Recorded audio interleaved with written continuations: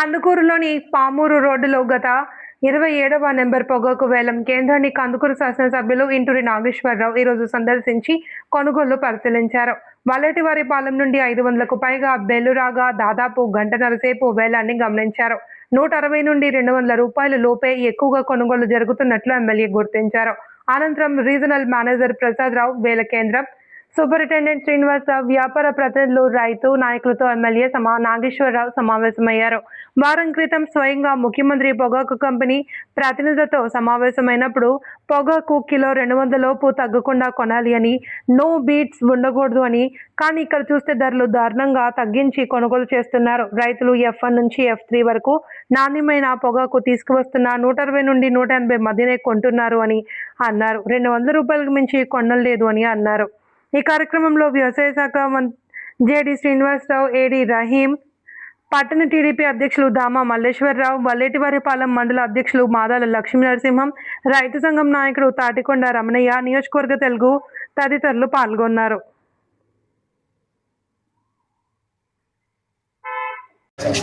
నమస్కారం. ఈరోజు ఆక్షన్ ప్లాట్ఫారానికి మా నియోజకవర్గంలో ఉన్న 2 ప్లాట్ఫారాల్లో ఒకటైనటువంటి ఈ 26కి రావడం జరిగింది. 27కి ఈరోజు 570,000 వచ్చినాయి.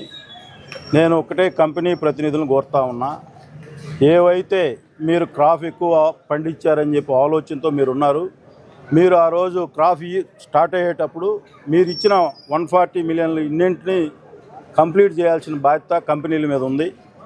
గౌరవ ముఖ్యమంత్రి గారు కూడా రైతు ప్రతినిధుల్ని, ఎమ్మెల్యేస్ని, ఎవరైతే టొబాకో ఏరియాలో ఉన్న ఎమ్మెల్యేస్ని అందరినీ కూడా పిలిపించి కంపెనీ ప్రతినిధులకు చాలా గట్టిగా చెప్పడం కూడా జరిగింది. మినిమం బ్రైట్ ఉండే గ్రేడ్ 200 రూపాయలకు తక్కువ లేకుండా కొనాల్సిన బాధ్యత మీది. ఆ రోజు మీరు ఇన్నేంటి ఇచ్చారు, 140 మిలియన్ల పొగాకు పండిస్తే మేము కొంటామని. మేము అడుగుతా ఉన్నాం కంపెనీ ప్రతినిధులను కూడా. ఆ రోజు F1 గ్రేడ్కి, F2 గ్రేడ్కి, F3 గ్రేడ్కి, F8 దాకా ఉంటాయి.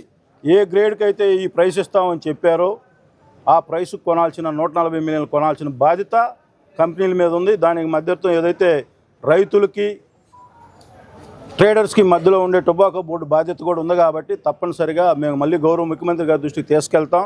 మీరు రైతులకు తక్కువ రేటుకి అయితే F3 గ్రేడ్ కూడా 200 నేను చూస్తూ ఉన్నా, వాళ్ళు 170, 180కి వచ్చిందాక కూడా వెయిట్ చేసే పరిస్థితి మంచి పద్ధతి కాదు.